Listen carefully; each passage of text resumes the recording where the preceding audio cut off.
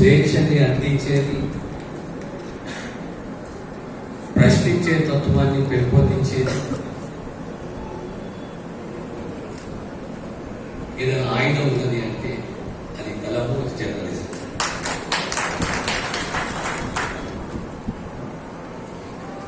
ప్రపంచ చరిత్ర తీసుకోండి,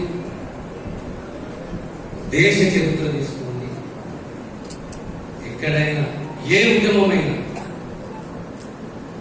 ఏ పోరాటమైనా, ఏ సిద్ధాంతమైనా దానికి మూలము కలము, కలం యొక్క ఉంది ఆ జర్నలిస్ట్.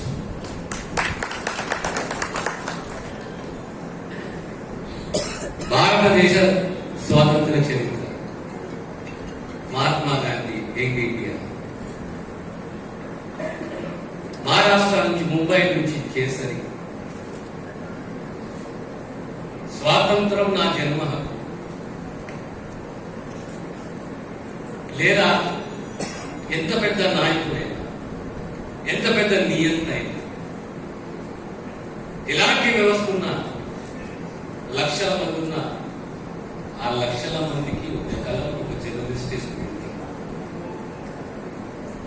విప్లవాలను తీసుకోండి మీరు, సిద్ధాంతాలను తీసుకోండి మీరు, పోరాటాలను తీసుకోండి మీరు, ప్రతి జాలు పాత్ర పోషిస్తున్నది జర్నలిస్ట్.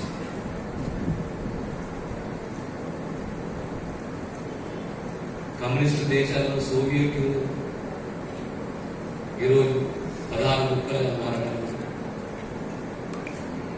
ఇదే జర్నలిజం.